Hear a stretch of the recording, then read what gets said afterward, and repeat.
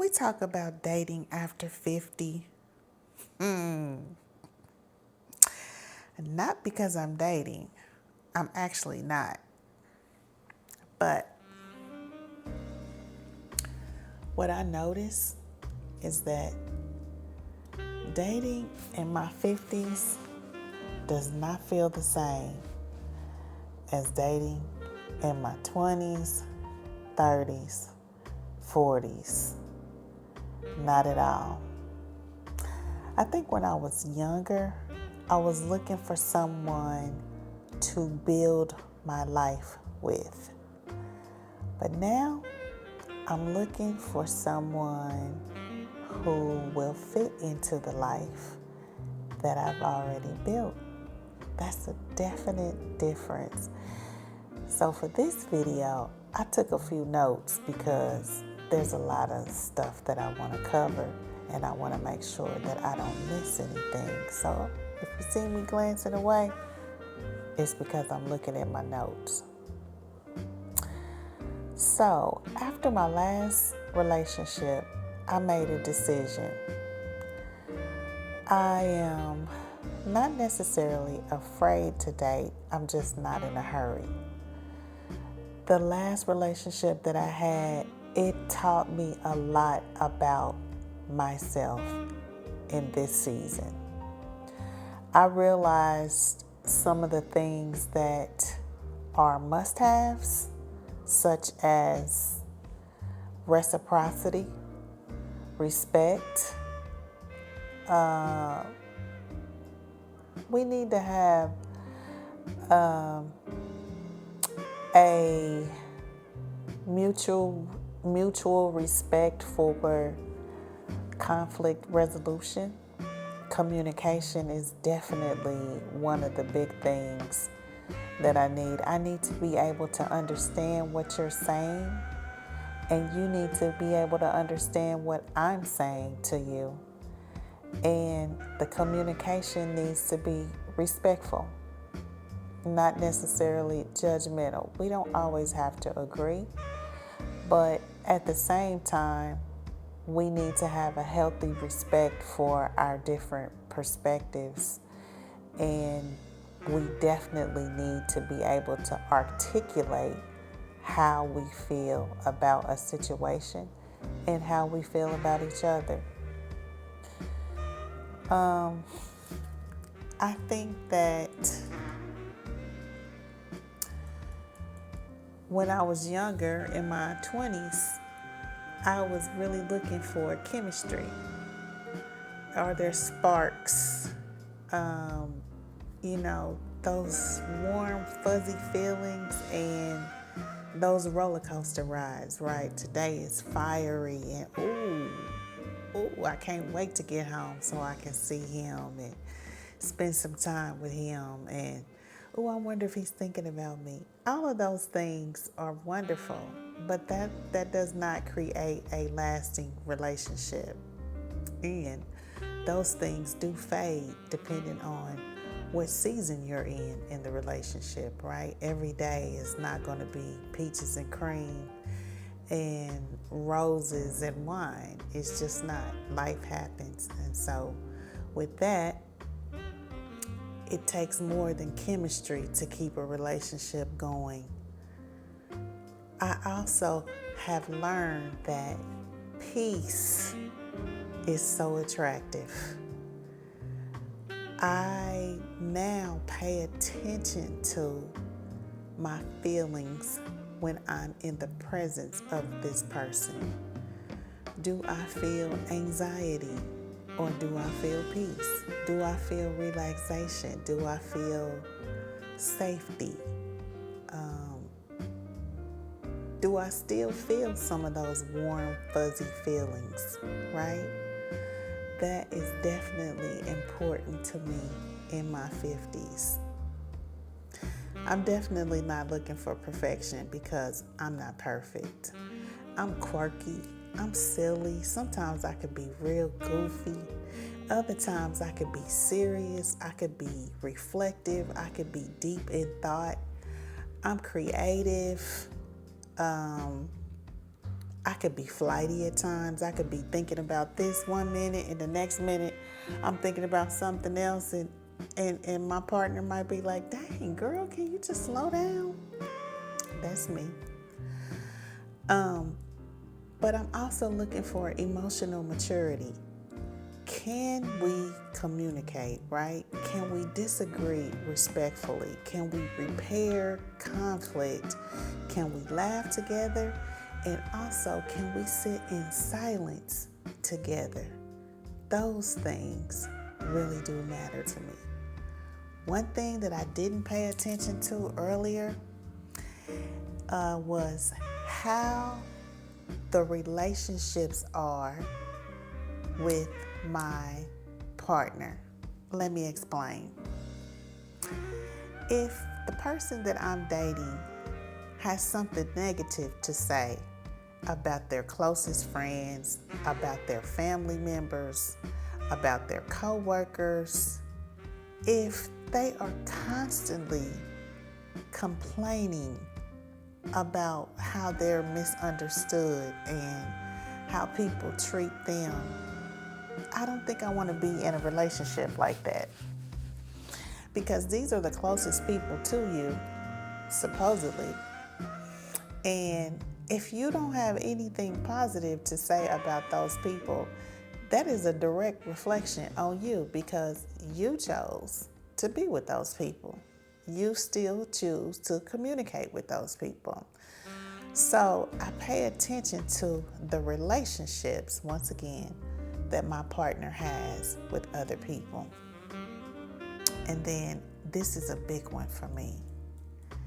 This is healing. I'm choosing not to date right now, not because I hate men, not because I have issues with men, not because I've given up on love, but I'm choosing not to date right now because I'm still learning myself. Okay, I realize that healing is not linear. It is not a final destination. It's a journey. And some areas of my life are healed and some still need work. And so my partner that I'm looking for, I want him to have that level of self-awareness. He realizes that he's not perfect and he is not expecting perfection from me. He knows his areas of improvement. He knows his areas of strengths. And he is actively working on himself every day to become a better person, because that's what I'm doing. That's part of the healing journey. Some things I know I'll be able to help heal him in, and then there are going to be some things that he will help me heal from. I think that's the beauty of it. Then I think also that dating should be fun. So every person has an inner child, right? Some things that we still enjoy doing from our childhood, like me, I still like going to amusement parks. I'm not really big on roller coasters, but I'm big on water slides. I'm big on funnel cakes and those big flowers that they used to have that was made out of like crepe paper that you see sometimes at amusement parks. I would love to walk hand in hand with my partner and we just go and sit and get those flowers and play those games, those little toss games where you toss the ball or you try to shoot the bottles or throw the rings around the bottles and you get this big stuffed animal. I like that kind of stuff too. So that's like letting my inner child out and still having fun and feeling like I'm a teenager or feeling like I'm in my 20s or my 30s. I like to do that as well. But then I also like to do that grown and sexy stuff. You know what I mean? Like we dressing up, we putting on clothes. We gonna be this power couple looking type of a pair tonight, and we're going to listen to some smooth jazz, some live music. We're going to listen to some of our favorite R&B artists, or we can even go back to the 90s and the early 2000s type of music, and we're going to a rap concert, okay, and we dressing the part, or we're just having an intimate date at the movies, and we're going to have dinner and those type of things. So I like a mixture of both of those. Taking a class together, learning something new, hopping on a plane and going to another country or another state, or even having a staycation. Those are the things that I think are more appreciated in my 50s. Those are the things that I would like to experience. And also, this is one thing that I will say that kind of intimidates me a little bit, and that is heartbreak and heartache. I think that when you're in your 50s and you get your heart broken or you experience heartache, it hits a little bit different than it did when you were in your 20s and your 30s, because you are not so resilient, okay? And it might take you a little while to bounce back, right? I know it does for me. So that to me is what dating would feel like and feels like in my 50s. When I was younger, I was asking, do you like me? Check the box. Yes, no, or I don't know. Now I ask, do you like who I become when I'm around them? Do I like who I become when I'm around them? That's a real important thing. I know that there have been situationships that I've been in, and I realized that I didn't like who I was when I was in those relationships, or I didn't like some of the things, not necessarily things that I had to do, but things that I was accepting, things that I felt like silenced me, and I didn't like the woman that I was becoming in those situations. So now, one of the things that I would ask is, do I like myself in this relationship? Am I comfortable with my decisions? Am I comfortable with how I show up? Am I really being my true, authentic self and being valued and appreciated for that in this situation? And the same with that person. One thing that I've adopted in my dating life, I've always been a person to do health checks with my partner.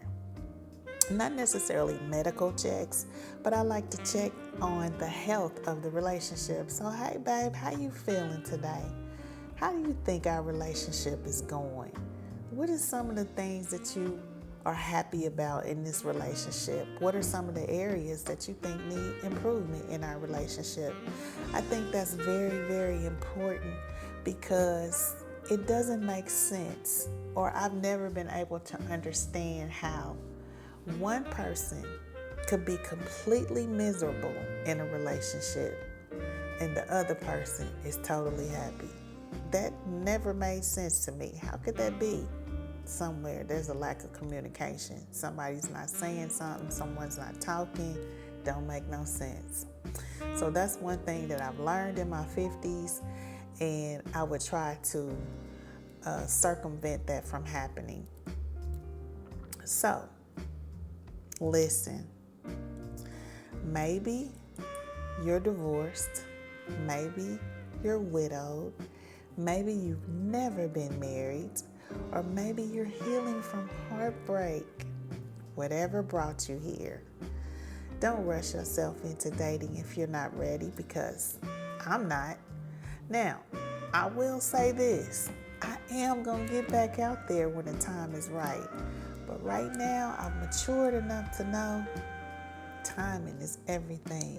And right now, it's just not the right time for me. And there isn't a deadline on becoming the healthiest version of yourself.